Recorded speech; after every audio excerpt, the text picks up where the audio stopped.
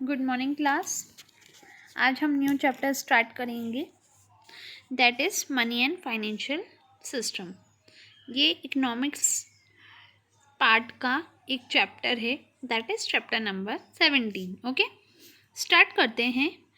Money and financial system क्या होता है? फर्स्ट ऑफ ऑल मैं आप लोगों को ये बता देती हूँ कि हमारे इकोनॉमिक्स में 2-3 चैप्टर ही आएंगे इस बार, कंफर्म नहीं है इसलिए मैंने आप लोगों को बताया नहीं है। Economic development and planning and money and financial system, दोनों चैप्टर की बात करें तो ये दोनों मिलकर 10 मार्क्स के आएंगे। मतलब money and financial system and इससे पहले जो मैंने करवाया था इकोनॉमिक डेवलपमेंट एंड प्लानिंग, दोनों अगर आप अच्छे से लर्न करते हैं तो आपके 10 मार्क्स गेन हो जाएंगे। तो आप लोग अच्छे से जल्दी जल्दी लर्न करते जाएं, मैं आप लोगों को बताती जाऊंगी कौन सा चैप्टर कितने मार्क्स का आएगा। ओके, नाउ स्टार्ट करते हैं। The word money is derive from the Latin word Moneta. It is said that in Rome, goddess Juno herself for moneta. In the beginning, in Rome, the work of coinage was done with the solemn temple of Juno, the goddess of gold. The money in Latin word called pecunia, which has originated from the word pecus in the meaning which is animal wealth. इसमें हमें बताया है कि money को Latin word में Moneta कहते हैं, रोम में इसको गॉडेस जूनो बोलते हैं, जिसको मोनेटा भी कहते हैं। मतलब अलग अलग लैंग्वेज में इसका अलग अलग नाम लिया जाता है। अब जैसे इसको Latin word money in Latin was called pecunia. Pecunia भी इसका नाम कहा जाता है, जिसको पैकस भी बोलते हैं, जिसका मतलब होता है वेल्थ। वेल्थ मतलब वेल्थ का ही अदर, मनी ही अदर नेम है। अगर वेल्थ बोले तो उसका मतलब भी मनी ही होता है। अब हम स्टार्ट करते हैं कि मनी का introduction. It is very difficult to say when where under circumstances money was invented. हम बहुत कहना मुश्किल है कि कब, कहाँ और किस सर्कमस्टेंसेस में मनी का इन्वेंट हुआ था। History of development of the form of money which we have today is very long. अब which we have today without require, मतलब मनी के बिना कोई भी हमारी रिक्वायरमेंट पूरी नहीं हो सकती। अगर हमें कोई भी चीज़ चाहिए तो वो विदाउट मनी पॉसिबल ही नहीं है। हमें कोई भी दुनिया की कोई भी चीज़ चाहिए, अगर हमारे पास मनी होगा तो हम वो सारी चीज़ें पॉसिबल हो जाएंगी। इसलिए और पहले क्या चलता था, बाटर सिस्टम चलता था। बाटर सिस्टम में क्या होता था कि हम गुड्स का ही गुड्स से एक्सचेंज करते थे, कमोडिटी एक्सचेंज करते थे। हम क्या कहते थे, जैसे कि कोई किसी की खेती में क्या उगता था, किसकी खेती में क्या उगता था, तो वो आपस में एक्सचेंज करके आपस में अपना काम चलाते थे। मनी का नाम और निशानी नहीं था। That is called barter system. उसको उस टाइम पे उसको क्या बोलते थे, बार्टर सिस्टम बोलते थे। वो सिस्टम के कारण बहुत सारी डिफ़िकल्टीज आई। क्रेडिट नहीं ले पाते थे हम लोग, उधारी पे सामान नहीं ले पाते थे, उधार नहीं दे पाते थे। अब हमको उस सामने वाले को कन्विंस करना ही पड़ता था कि आप हमें ये गुड्स दे दें। और इससे क्या होता था कि एक मनी मेज़रमेंट नहीं होता था, एक मेज़रमेंट नहीं था कि ये चीज़ कितने की है, उसकी स्टैंडर्ड पेमेंट नहीं हो पाती थी। तो हम अपनी महंगी चीज़ दे देते थे, सस्ती ले लेते थे, या ऐसे बहुत सारी डिफ़िकल्टी सर्कमस्टेंसेस का सामना करना पड़ा। फिर हमने मनी के लिए कुछ चीज़ें स्टार्ट करी। बिगनिंग में cow, god, shell, fish, bones, skin animal ये एक्सेप्ट करते थे मनी के बिहाफ पे, पर इससे भी बहुत सारी डिफ़िकल्टीज आई। लेक ऑफ स्टैंडर्डाइजेशन होने लगा।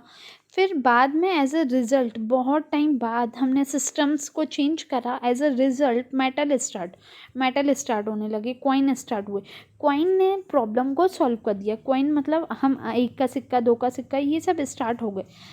तो ये एक वेटेज था कि आपको ये चीज़ लेनी है तो इतना देना पड़ेगा, इतने रुपए देने पड़ेंगे। तो इससे क्या हुआ, लोगों की डिफ़िकल्टीज कम हो गई, हम ईज़िली चीज़ों को ख़रीद पा रहे थे। तो और मेटल्स में गोल्ड, सिल्वर, कॉपर ये सारे एक्सटेंसिव मेटल थे जिससे कॉइन बनाया जाता था। Difficulty metal currency arose with the time. अब मेटल से भी करेंसी में प्रॉब्लम आई। As a result development of banking system. फिर क्या हुआ, पेपर करेंसी का डेवलप हुआ, मतलब कि नोट आए। मेटल्स में मेटल्स क्या लेते हैं, ज़्यादा स्पेस भी लेते हैं और फिर उनको हैंडल करना थोड़ा मुश्किल था। तो फिर क्या आया, पेपर करेंसी आई। फिर ये पेपर करेंसी स्टार्ट हुई और बहुत सारी चीज़ों, paper currency, convertible paper currency, inconvertible paper currency, ये सारी चीज़ों ने प्रॉब्लम को सॉल्व किया। उसके बाद एक बात करी जाए, फिर सेंट्रल बैंक और commercial bank, new banks start होने लगी। इन लोगों ने पैसे डिपॉजिट करना स्टार्ट कर दिया। और फिर क्या आया, एटीएम कार्ड्स आए। लोग अपने प्लास्टिक करेंसी रखते हैं हम जेब में, जैसे हम लोग एटीएम रखते हैं, वो एक तरह की करेंसी है। हमें कभी ज़रूरत पड़ जाए पैसे की तो हम एटीएम का यूज़ कर सकते हैं। तो इस तरह से क्या हुआ कि बहुत सारी चीज़ों का यूज़ हुआ। फिर चेक, हांडी, ड्राफ्ट्स, ये सब भी आए। फिर फाइनली एटीएम आया। तो यहाँ पे क्या दिया है, मनी का एवैल्यूएशन दिया है ना, कि बार्टर सिस्टम के बाद मेटेलिक पेपर आया, फिर पेपर करेंसी आया, फिर क्रेडिट मनी जैसे चेक, हांडी, ड्राफ्ट, ये सब आया। उसके बाद प्लास्टिक करेंसी है, मतलब सबसे मॉडर्न जो है वो plastic money, like credit card, ATM cards, ये हैं। तो बार्टर सिस्टम तो पूरी तरीके से मतलब काम, आज हमें कोई काम नहीं आता। आज भी मतलब बहुत कई छोटे छोटे गाँव में बार्टर सिस्टम का यूज़ होता है, बट पूरी तरीके से अब मतलब उसका 10% ही बार्टर सिस्टम चलता होगा, अदरवाइज़ मनी का ही यूज़ होता है। अगर हम कोई चीज़ खरीदना चाहते हैं, बेचना चाहते हैं, कुछ भी एक्सचेंज होता है, वो सब मनी के थ्रू होता है। अब सबसे पहले मेटेलिक मनी की बात करें तो हमारे कंजम्पशन गुड, जैसे कि सॉल्ट, फिश, एनिमल, ये सब इसके कंजम्पशन गुड्स के अंदर आ जाते हैं। कैपिटल गुड्स के अंदर नाइफ, नेल्स और मेटल्स, ये सब आ जाते हैं। और पेपर करेंसी के अंदर ज्वेलरी, जेम्स, ये सब आ जाते हैं।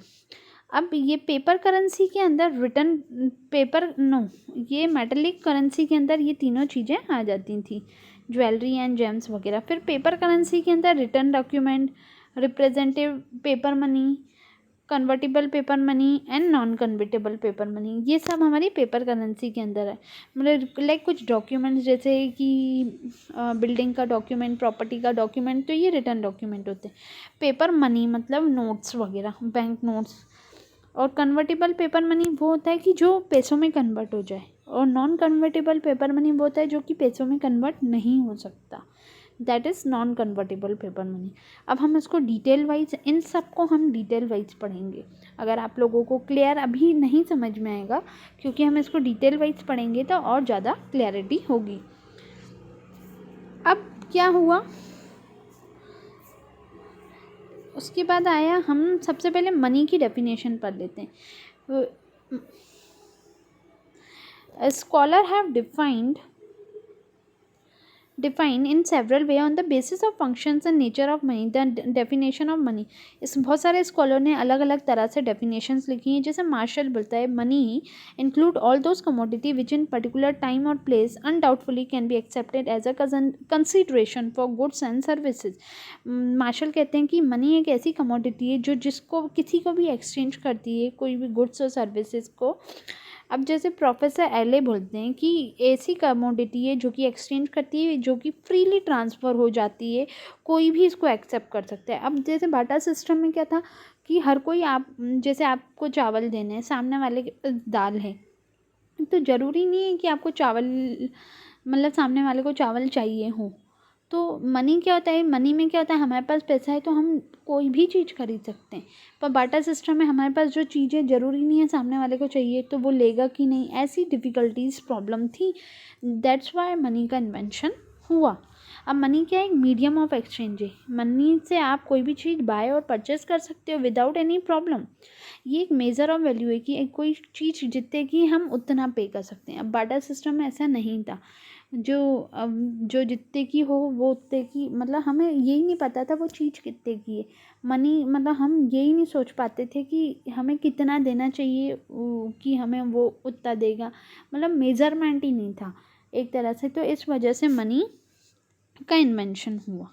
उसके बाद ट्रांसफ़र और परचेसिंग पावर, लाइक कोई भी एक प्लेस से दूसरी जगह तक मनी को ईजिली ट्रांसपोर्ट किया जाता है।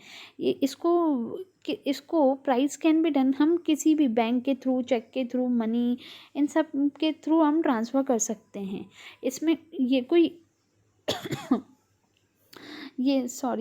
ये कोई इतना ज़्यादा मतलब स्पेस नहीं लेता था या इतना ज़्यादा टाइम नहीं लेता था ट्रांसफ़र होने में। हम किसी भी थ्रू इसको ट्रांसफ़र कर सकते हैं।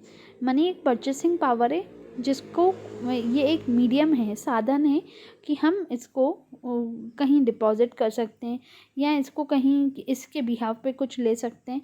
ये सारी चीज़ें इसके अंदर आ जाती हैं। ये था हमारा डेफिनेशन और फंक्शंस। अगर हम फंक्शंस की बात करें तो ये medium of exchange, measure of value, transfer of purchasing power, store of purchasing power, ये हमारी मनी के फंक्शंस होंगे। So that's all. आज हमने इतना टॉपिक पढ़ा है, आप लोग अच्छे से पढ़ें, लर्न कर लें, ताकि नेक्स्ट क्लास में हम इसके आगे का पढ़ेंगे। ये मोस्ट IMP टॉपिक है।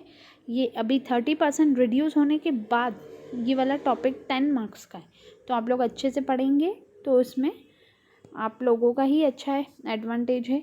Okay, thank you class.